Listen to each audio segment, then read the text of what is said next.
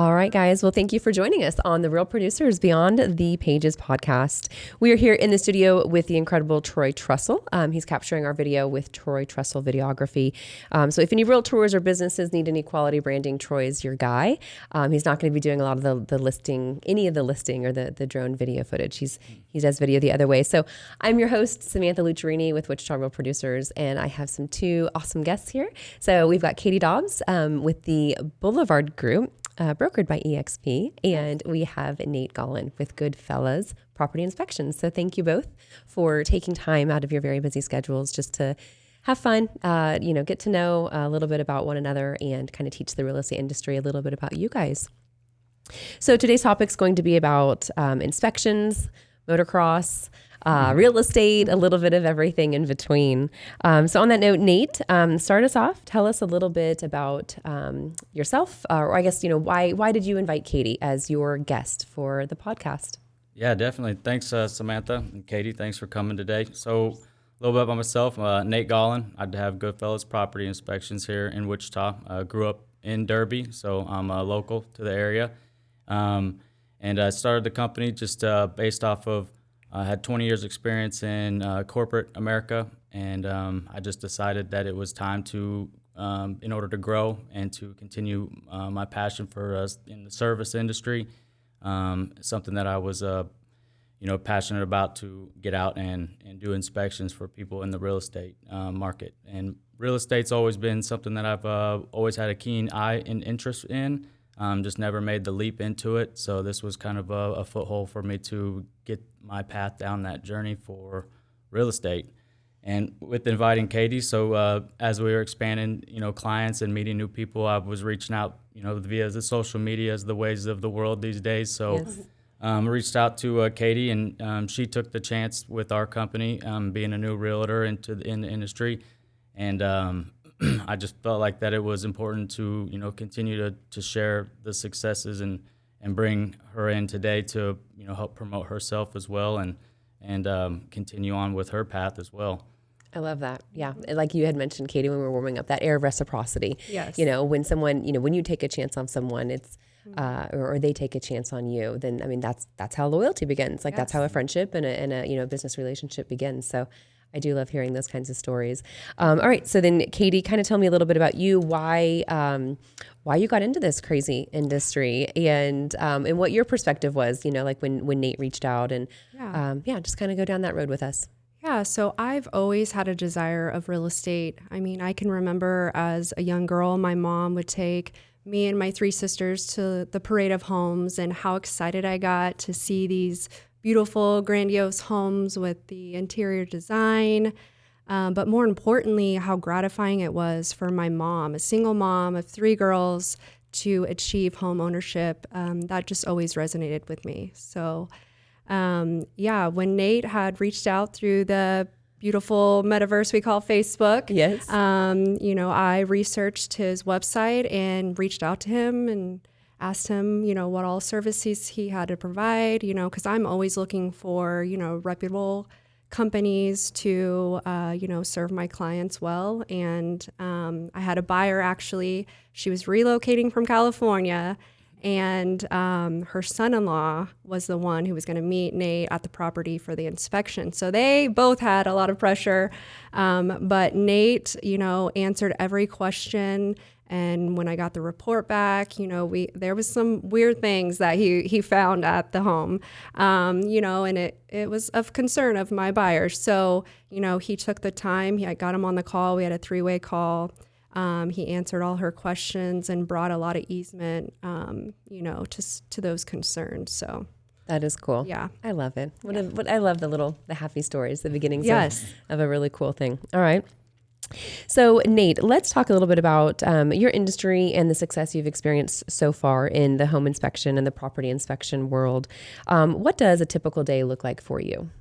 A typical day will just review the schedule. I do a lot of pre-work prior to the inspection. Okay. I'll do a lot of research in the property and the history of the property. Okay. And I will go into the day with, making sure that what I'm bringing is valuable to the client, right? It's all about value. I'm not building anything. I'm not on line creating or building or making, or it's a service industry, and my goal is to bring value into the transaction of the real estate deal. And with that said, I got a laundry list of supplies that I got to count off and check into the day to get there, to make sure I have everything that's available and ready with the new technology, whether it be in testing samples for like the mold inspections, using the different types of radon inspection material, and then also, making sure I got my thermal camera and it's working properly. Yeah, everything charged, ready to rock and roll. Everything is charged. Yeah. So it's a lot of preparation. The inspection for me is the easy part. Going Interesting. through. Okay. I have a keen eye on when it comes to looking for things and really prioritizing the things for safety and functionality of the home. And once I get completed, I'll usually do the report that evening, and I'll make sure that they have it first thing in the morning, because I know it's a sense pretty of urgency. Sense of urgency, and that unknown, waiting on that report, because it could make or break for a lot of different people, and it has a lot of weight. A lot of weight very going. Important. Mm-hmm. Yeah, that's good that you recognize that, and that's interesting. That's usually a very generic question, but I really like the answer. I like that you do spend a lot of time, almost like when you're doing comp analysis. That you're going in and you're researching a little bit more about the house. How old is it? Are you like pulling permits and seeing if things have or is that kind of go into detail a little bit more about the kind of research you're doing, because I find that fascinating. Well, not so much like permits and whatnot, and the code type for the area. I will be familiar with if it's an out of town. I'm pretty familiar with the Wichita code and Derby, and it's not necessarily when we're looking for the code violations and whatnot. It's more looking into how old, when was the house built, right? Or trying to see from previous photos, trying to get an idea when I'm looking through the real estate photos that they've already been posted. Yeah. I'll already kind of analyze those, so I can really point myself in a direction of what needs attention, and finding those really core things that's gonna, potentially have risk for safety for the family. Sure. and or the functionality, because it's a big investment for home buyers, and we don't want to put them in a position to lose, right? It's about value and putting them in a position to win. So if I do my job correctly, I can help them have the confidence at the closing table to feel like they're walking away winning, that they're getting what they're paying for. Yeah, that they're not going to go home to this new home that's a disaster. That makes sense. Okay. Do you have any crazy inspection stories that you can share? I mean, we like the drama, especially when it's not our own, right? But have you experienced anything, whether that be like, I don't know, a family of raccoons or... Well, we kind of had one in ours. Well, no kidding. We had multiple weird things. Okay, let's hear So them. he found they used the green antifreeze. And this, what was it, in the sump pump? In the sump pump. It was more, they were attempting to winterize and prevent from the water and moisture from freezing. So typically you would use an RV antifreeze, because it's not hazardous, or it doesn't cause issues. Like you would literally pour RV antifreeze into that sub pump hole in your basement. Okay. Mm-hmm. So like what we do for property preservation, because it's another thing that I'm involved in. Right. When we winterize homes that are vacant, we will, for the pipes to prevent from freezing, we'll obviously clear all the water, and then we'll have the system with RV antifreeze, because it's non-toxic. Okay. And it will help, and it does prevent the freezing and pipes from busting. Okay. So that was a first for me to see the green. It almost looked kind of cool, because I like shined the flashlight in there, and it was neon green. It's like Batman-esque or something. It just reminded me of Ghostbusters. I just started thinking, Yeah, the slime. Who are you going to call? Okay. All right. So what other crazy things were happening in that? Well, and the particular home was out in Newton, and the backyard butted up against an empty field. Okay. So he found like multiple areas of mouse droppings. So obviously that is a huge concern for my client. She doesn't want to be moving to Wichita or Newton and move into her home that's infested with, mice. Unwelcome So tenants. he we got him on the call. He not only went through the green antifreeze, the mouse droppings, there was another issue with the way that they structured the ventilation, like the ventilation into the attic and things of that nature.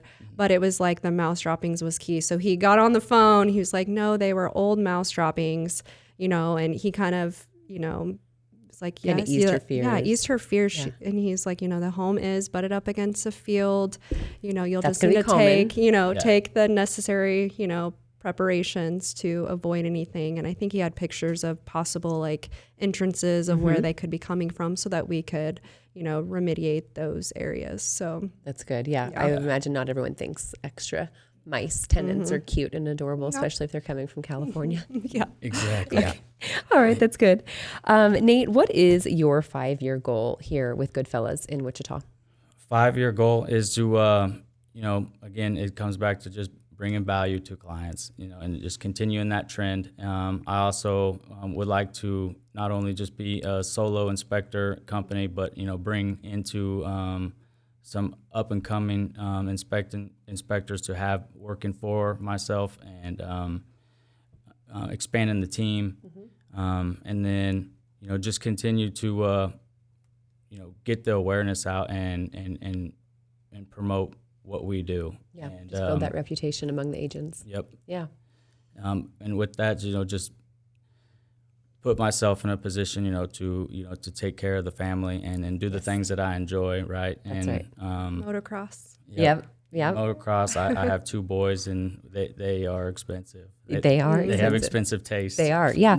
So tell us a little bit about that, as far as, because I knew that about you personally, but tell the audience, what is it that you do with your free time? So, yeah, with the free time, we are always active, but one of our hobbies that we continue to go back to is riding dirt bikes, and we like to travel. My boys are playing competitive hockey. They play for the Wichita Junior Thunder. So we go out of town about every weekend from now until March. Yeah. Ish. So busy dad. when we go, we'll haul the dirt bikes. We'll have a couple hours in between games, 3-4 hours. We'll go find a campsite or somewhere to go and ride, or some trails, and we really just like to keep our time to not stay local. We like to go find other places, and we like to just kind of find where we end up and try not to get lost. Yeah. That's the biggest thing. Adventure. Cool. Yeah. Sometimes it's good to get lost. It is. Yeah, it is. Because we know we'll always find our way home. How old are your boys, Nate? I have a 13-year-old Tanner and then a 10-year-old Blake. Okay. Yeah. I imagine you are always dad of the year. It sounds like there's always some fun things happening. We have fun. We go to the lake a lot. We love to wakeboard, ski, anything, I like to teach Adrenaline. Them. Yeah. I'm sensing a theme here. Yeah, that's because then, later in the day, they'll like to take a nap. Yes. You got to wear them down, free time. and then you can take your nap. But yes, you do. That's smart. Yeah, we have a lot of fun. That's really cool. I like that. All right. So Ms. Katie, we already kind of touched on, were you always passionate about real estate? And it sounds like you were. It sounds like your mom set a great example, and all of you probably enjoyed that. Do you still attend the Parade of Homes every year? I do. Yeah. Good. I do. It's inspiring, and it's, it gives me, insight and, looking at empty homes with clients, helping them kind of foresee their furniture in a home and just the interior design of it. It's interesting to me. I would agree. I feel attracted to that in the same way. So outside of work, Katie, what are you spending a majority of your time doing? Ooh, I too have 2 very active boys, 12 and 15. And God bless you both. They are very active in school activities and sports. So you'll usually find me cheering and embarrassing them at their sporting events. Yes, we've earned that right. Yeah. They used to throw temper tantrums in grocery stores. This is called karma. Yes.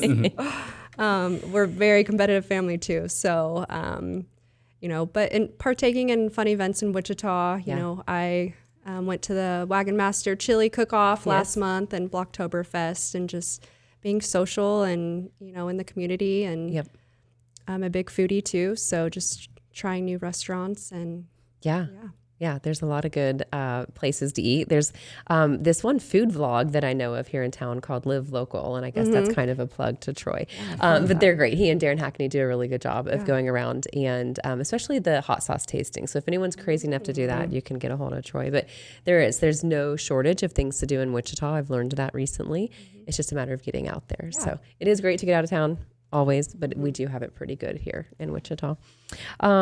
Katie, what is one word that you would use to describe the market today? Because it's changed a lot in the time that you've been licensed. So how Definitely. you don't have to just use one word, maybe just a sentence or explanation. But how are you seeing it from your perspective? Yeah, I mean, there's many words that I could describe the market right now. Yes. One would be dynamic. It, like you said, it's forever changing, and just being able to adapt to those changes.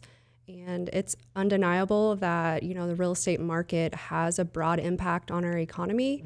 But historically, it's also brought, wealth to families as well, savings and wealth to families. So I just strive to educate myself on the local market and the numbers, and providing, resolve to my clients to whatever pain points that they may be having because of the market, the interest rates.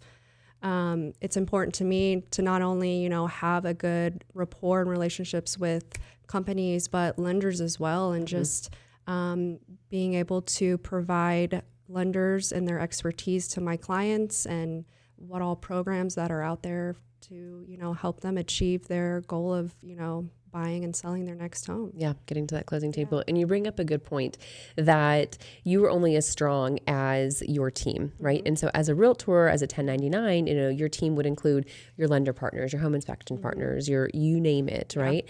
And you have to be confident in them so that you can hand your client over to them, because they're going to make you look like a rock star. Absolutely. Yep. It takes all of us. That's right. It does. It takes a village. And so that's when the most, I think the strongest bonds are created between agents and vendors. So I love that.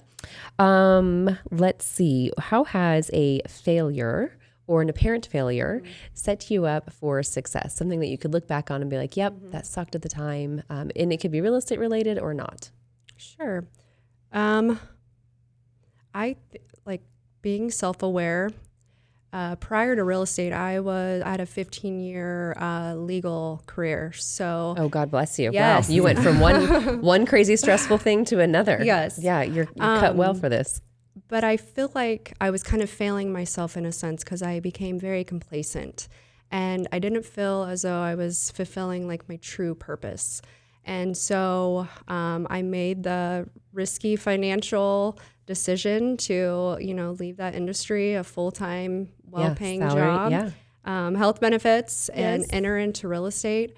But it's provided me so many opportunities. One being, like I said, being a full-time mom as well. Yeah. I have that flexibility in my schedule where, I can balance that work, and, I have my laptop at their practices working or on calls while they're working. And so it's really made an amazing positive impact on not only my life, but theirs, and, just living the life that I want to live. And good for you. Not, living in failure, living in fear. Living in fear. That's right. I mean, because on the other side of that fear, just like, Nate, I probably think you felt the same way going out on your own and starting this business.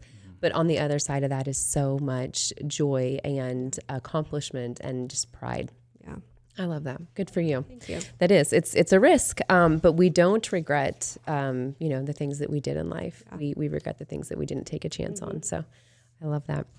All right. So what, do you guys have any of favorite books? Ones either that you've gifted a lot or ones that you have found really helpful for, that maybe you could recommend to the industry? I think a lot of people in this, we're all 1099s, we're all out here trying to, or I would think that we're out here, working on our own self-development, and, we know that knowledge is key and growth is key. We can't stay the same, and what got us to here isn't going to take us to there. So any tools, any books, any things that you could share, tips, that you've come across?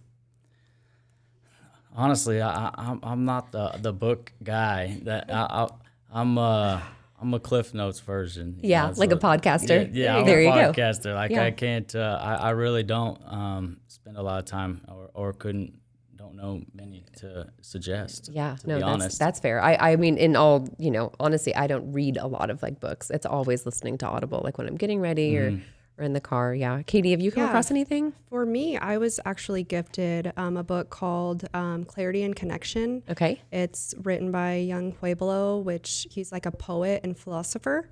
And so it's just, I carry it around in my laptop bag because it's just a short, poems, but it's, it inspires me because it's about, self-reflection, pursuing that personal growth and deepening, connections with others. So, yeah. That's cool. So it's that called one up. Clarity and Connections. Clarity and Connections by Young Pueblo. Okay, good to know. Well, I will say I just finished reading a book on Audible called Who Not How. And it was a very easy read, probably only 5 hours. So you could easily knock that out in a week just between drive time and getting ready, right? But it really teaches us to quit using the question, how am I going to get this done? How am I going to grow? How am I going to XYZ? Like that's a horrible question to ask. The right question is who? Who do I know? Who can I hire? Who can help me? Who's done this before? And people will see that as a cost. And it's not a cost, it's an investment, right? Because you take that off your plate and then it gets you to the next level. I could never have done this. I had to find Troy, right? Yeah. As a perfect example. So I always think that that's interesting just to hear what others are, because I never probably would have come across that book. And so now the universe is probably going to bring it into my world in a way that I wouldn't have expected, but I appreciate that. Okay, this question is for both of you. If you had a gigantic billboard in Wichita, what would it say? I could assume what it would say, but sometimes people take me by surprise. So yeah, have at it. Oh man, go ahead. Put me on the spot. I know. I think it would probably be, something of value for my clients. So, Something real estate focused yeah, still. something real estate focused about, but of value. Helping you move, achieving that goal and moving. Yeah. It's big letters. It just says, don't wait. Yeah, that's a good one. That's right. Tomorrow's not promised. We don't know. Yeah, go out and I execute like that today. saying that says, don't quit. And then they highlight the do. Oh, do it. And then do it. Yes. Yeah. You got to be actionable and be That's consistent. Right. So, just like you, right? It's you, we're about, we are in an interesting market right now, right? And we could consider this a winter. And we know that after every winter comes spring. We know that this market is not going to stay like this. We know the interest rates are not going to stay like this. We'll probably never see them at 2% again. But we know that as long as we keep going, that we don't fail unless we decide to quit. So, Exactly. I like that. Good one. But then also your logo, right? Definitely got to market. Oh, yeah. market You still have to mark yourself. Yeah, yeah. Okay. What is, so one more quick question here, and then we like to go into like the fun little speed rounds, like the silly, stupid questions. Bad recommendations that you hear in your profession. What are those? What have you heard? What is the myth that you would like to bust? And that's for both of you. For recommendations, we say that one more time? Yeah, like what have you heard, or a myth that you've heard others that they assume about the inspection industry? What is a myth that you would like to bust? Or someone that wants to maybe get into the industry and do something similar to what you're doing, Nate, what are the bad recommendations that people might have heard that you can say, nope, that's not accurate, this is how it really goes? Yeah, along the lines of just the certifications, and knowing where the inspector is, where they're getting their continued education to continue to stay up on all the upcoming technology with the homes. There's so many different things that I will go to that I'll have to go back and refresh myself through some of the previous classes and courses that I take, or if there's something that I'm going into where I didn't feel quite comfortable with, I will, look into, my international charts and see what class I can take to help better myself with that. So a lot of it has to do with just understanding and knowing, it's not just the uncle or the brother down the street, or, it needs to be something that is spent time and they're educated and they continue that education, because it's not just a one-shot deal. Right, things always change. You have to continue to get better and continue to learn the new stuff that's coming in. So that's one thing that I would say that is, you want to try and avoid just using, someone that that was a plumber in the past, or has a Right. background in construction, may have done a trade. They need to be well-rounded throughout, and there's so many things throughout the education portion that that you can figure out and learn. Yeah, no, I like that. That's good. I mean, it's kind of that, you'll get what you pay for, and Right. you really do want an expert, and not that a general contractor or your father or uncle is bad. The more eyeballs, the better usually. But it is just so important to have the professional. It's the professionalism. That's why they pay you. Just like with a realtor, the knowledge. It's not just as simple as it's just laying some eyeballs on some things. Okay, Right. I like that. All right, Ms. Katie, that question goes for you as well. Yeah. I think in this industry, it's so competitive, and I feel like a lot of the real value of providing services to somebody and helping them find a home, like the true meaning of that is different for a lot of people. I hear a lot of people who, it's all about numbers for them or volume or just getting the deal done. And for me, I never want to tell my clients what they, want to hear. I tell them what they need to hear, setting those expectations and, educating them on, making a sound decision that, it has a huge impact. You're buying your home. So I just really take that to heart and focus on that. And it's very rewarding because every one of my clients have their own unique stories. So it's an honor to be witness of their, home endeavors. And I just want them to, not have any fatigue about the process or, buyer remorse, and, just continuing those relationships and even after the fact. So I love that. Yeah. I think it kind of comes back to remembering your first duty is that fiduciary obligation to your clients. It's not calculating the 3% on the commission. Correct. And there is a big difference. There's a delta there between agents that probably aren't going to last and agents that are going to last year after year, decade after decade, is that they're putting the client's needs first, because just like Nate, the money will come if you're doing a good job. That's exactly right. Yep. I like that. Thank you for bringing that back up, because not everyone remembers that. Good All right, reminder. guys. So we'll end here with the speed round, and then we'll call it for the day. So these questions are for both of you. Would you rather be able to fly or be invisible? I would say fly. Okay. I would say fly too, because I love to travel and get places fast. Yes. Okay. I like it.